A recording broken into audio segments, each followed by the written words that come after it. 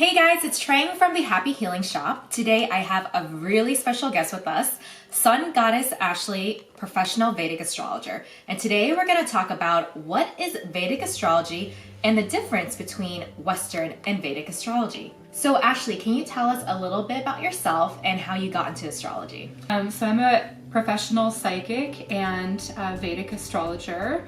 And I got into astrology because I was interested in learning about personalities and psychology, and it really mixed spirituality with the psychological aspect. So that was the original draw, and I've been studying it for about 13 years or so now. How would you describe astrology in a nutshell to someone who is brand new to it and does not know and has never heard of it before? Yeah, that's a great question. So astrology is basically the study of time and the movement of the stars, and how the movement of the stars and the planets, how they affect us. It talks a lot about our personality characteristics and the movement forward for our future and past. Basically everything is really written in this blueprint of the stars. It's a beautiful tapestry of the night sky that we interpret for how it relates to us. So what are exactly the main differences in what we know is today you see in these books and everything, which is Western astrology, like, oh, I'm a Capricorn, you're a Gemini, this means that, versus Vedic astrology, which is what you practice? And do you have a preference between both of those? I do have a preference. The main difference basically between Western astrology and Vedic astrology is one is seasonal based. So tropical astrology is seasonal based, and Vedic astrology is constellation or star based. The basic terms are the tropical system versus the sidereal system. My preference is Vedic astrology using the sidereal system of the stars because it is a more accurate calculation of measurements of the sky. Western astrology is solar based, so where people would ask like, what is my sun sign, or I'm a Gemini or a Leo or whatever, based upon the sun and its position in the tropical zodiac. Vedic astrology is lunar based, so it adheres to a lunar calendar, and you do take into account the sun and the moon signs as well, but there are both. So if someone came to you and how would you say, for example, the Western astrology, yes, the sun sign, they want to know their sun sign, but what type of inquiries would people ask where Vedic astrology would be better? Like, for example, if they want to know more about predictions or the future, does that mean like Western astrology can't really do that? And whereas Vedic astrology, that's more of the right type for that? Both systems actually do predictions based upon transits, but since Vedic astrology is a little bit more accurate, you will have more accurate results. And there's a different rulership system as well. So we don't use the outer planets, for example. So Uranus, Neptune, and Pluto are not typically planets that we use, but in tropical astrology we do that. How does astrology work? So kind of like when a client comes in, how do you go about it in structuring a reading? Yeah, so when a client wants a chart reading, the first thing I'll take is their birth information. So birth date, location, city, state, and an accurate time of day. And then I'll draw up a chart on my astrology software, and actually the days are long gone where we have to do them by chart, so I'm so thankful for astrology software to be able to calculate that for us. That would take forever. And yeah, I think there's just a lot of math involved that you'd have to have more additional training for. But it's really simple. So if you have the appropriate software, you can input the client's information and then it yields a chart, and then I'm trained to learn how to interpret that. Do you have to know the birth time? Because I know a couple friends that they're like, oh, I have everything, I know where I'm born, but I just don't know what time I was born. Right, so that's actually really common. Not everybody knows when their exact birth time is, or they have an approximation, or they're not able to ask their mother for whatever reason, or it's just not on their birth certificate. Some hospitals don't have it printed. So in that case, you can still do an astrology chart. It's what's called the Chandra Lagna chart. So you put the moon on the ascendant and you read from the moon. So as if the moon were the rising sign. So what are some misconceptions people have about astrology? So, for example, someone might be like, oh, I'm a Gemini, but I just don't identify with my other friends who are also Geminis. Or, for example, Mercury retrograde. You hear that about all the time and people are like, shit, it's hitting the fan. Ah! That kind of stuff. So is that true? Does that have, or does it depend actually really on the chart that, based on the chart that people have? A little bit. So it is a little true and it's a little not true. So that's actually part of the beauty of life, is that going to any extremes where something's completely bad or completely wonderful isn't really the truth. So you always have to take a transit, for example, Mercury retrograde, with a grain of salt.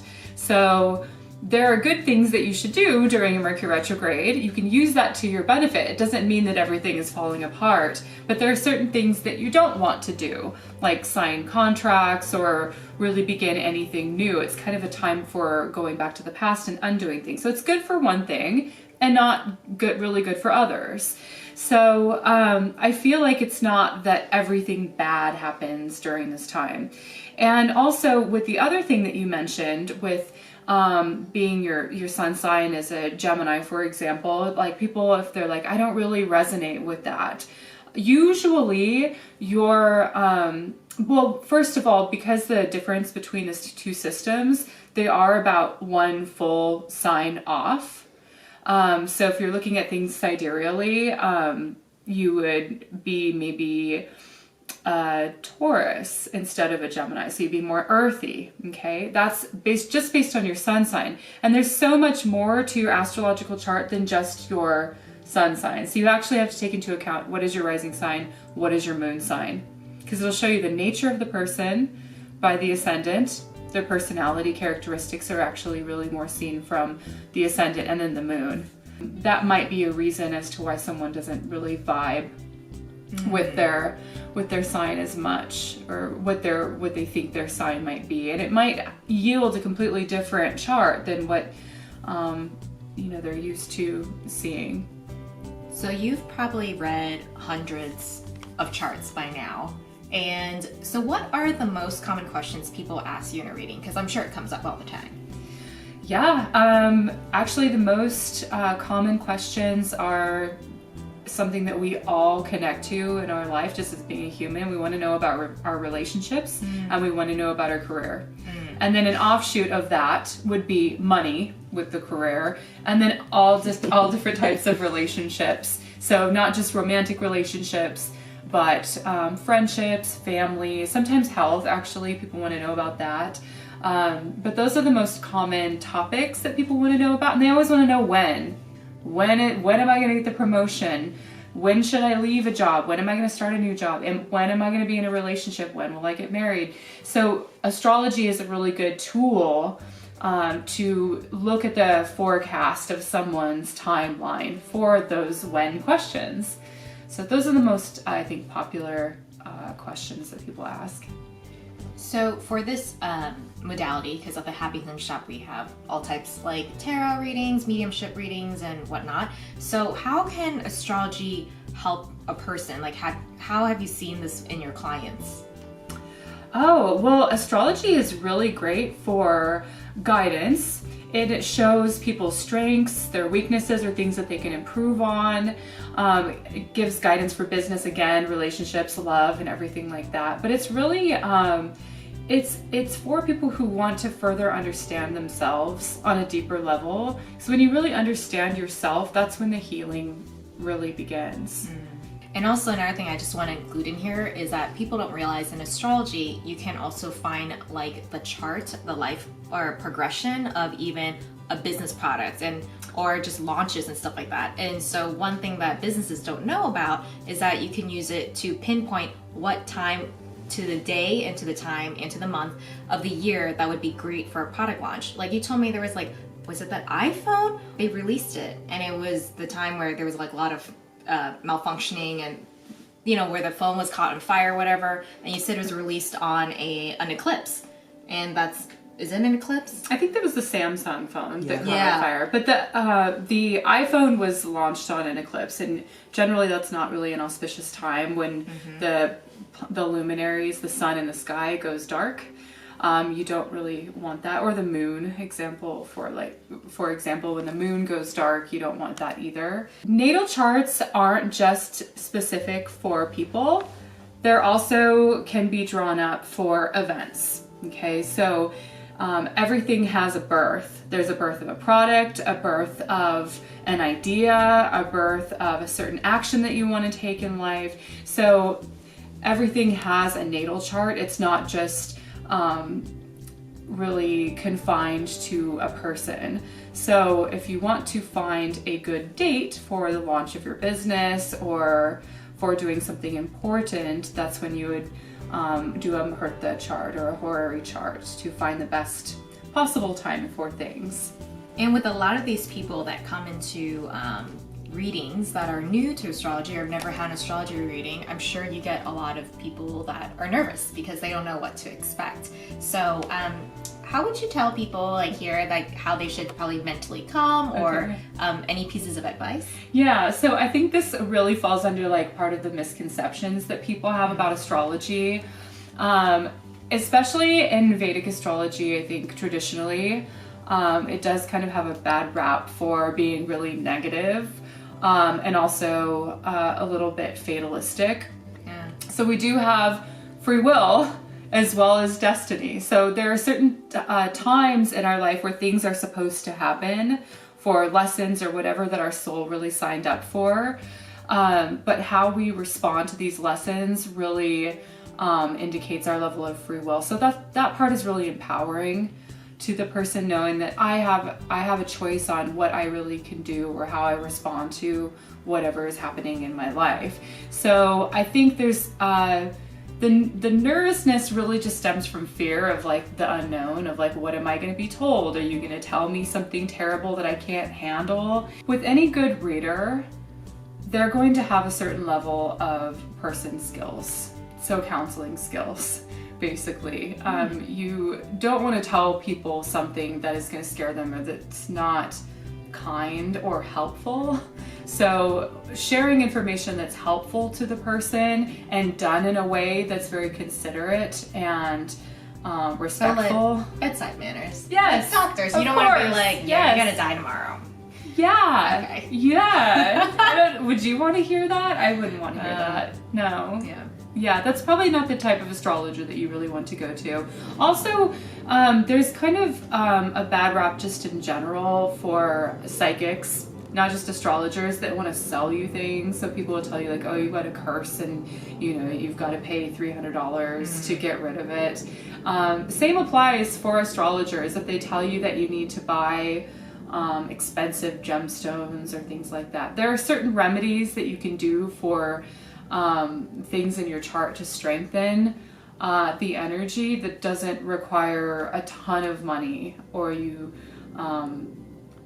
feeling powerless in some way. So you mentioned free will, and how much, I get this asked a lot, but how much is free will play into our life and how much does destiny and fate play into our lives, would you say? I've heard that there is a thing called Shivas curse. Basically, the curse on astrologers to not know everything. And it's not really a curse, it's actually a blessing, because who would really want to know everything? It's not our responsibility as humans to know God's job, to do God's job, right? So the fact, if you can predict accurately 75-80% of the time, that's like an amazing reader.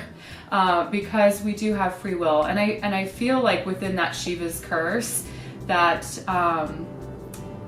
theory or that concept, there's about 70% fate and 30% free will. So whether that's provable or not is up to, it's up for discussion. But also I feel like at certain times people have a little bit more fated things that happen. and sometimes they have a little bit more free will. It just depends on what is going on in their chart. It depends on their chart in general. So you can't really say that thing is just one way for everybody. And what type of people do you recommend to, or actually not recommend astrology to? For example, like maybe a person is looking for XYZ and you're like, nope, astrology's not for you for this. Or even if, for example, they're closed-minded, skeptics, you know. Yeah, I think I'm sure you've seen all types of people. Yeah, I think exactly. The closed-mindedness, skeptics, people that just want to challenge you, or the know-it-alls as well. It's like, when you're giving a reading, you don't want someone to do the reading for themselves, basically. So I've had those experiences. Yeah. It's like, well, why are you asking me for my opinion, you know? But oh no, I think not everyone is like that. The vast majority of people are just really curious and they want to know what you have to say, and they're looking for guidance in their life. So I think being open-minded to, you know, the information that comes out, and usually a reading is not going to be too off of what you feel is really going on in your life. It's not going to hit you out of left field. So again, kind of going along that nervousness that people have with a reading, they're afraid that you're going to tell them the sky is falling when it's clearly not. So it's not going to be too much off from their current circumstances. Yeah, and I've seen my friends and I go to readings with Ashley, and honestly, when she starts, she says things that definitely is particular with that person and resonates with them. And it doesn't come out of left field. It's just more of like people are usually stunned by what the chart shows, and they're like, yep, that's me. That's me. Yeah, I think, well, since a picture really speaks 1,000 words, when you're looking at a chart, you get an image of where all the planets are located in the sky, but it's really up to the astrologer to explain a picture well. So if you just say, oh, it's red, well, what shade of red is it? You know, does it have different hues? Does it have different tones? So the art of interpretation is really just good communication skills. So in addition to being an astrologer, I'm also a psychic. So a lot of the messages that I get are downloaded, or I just have a very strong intuition about something. So it is a blend of like logic and intuition. So for a person who's looking for an astrologer, what advice or tips would you give them to be like, these are red flags. This is a warning sign. Do not go to them. It is a scam. They're not good.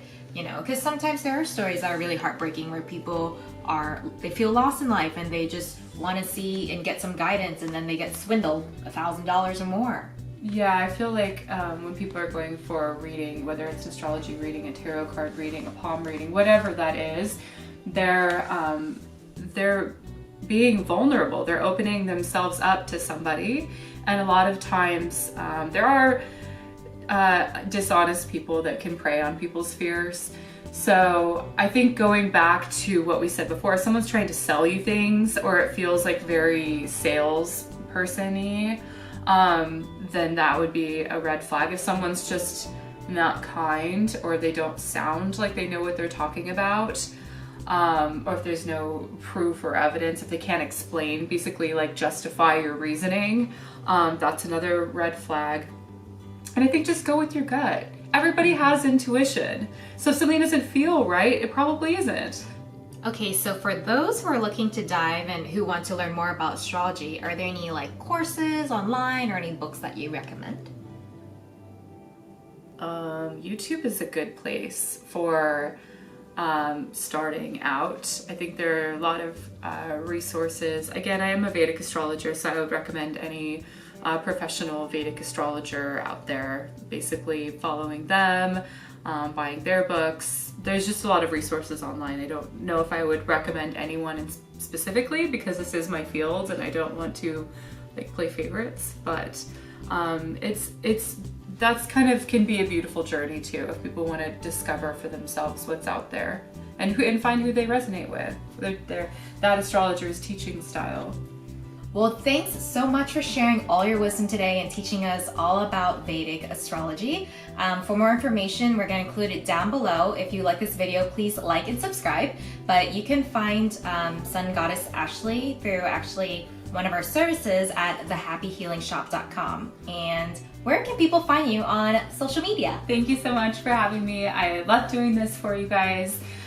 You can find me on Instagram at SunGoddess Astrology or SunGoddess Ashley, which is more of a bloggy kind of page.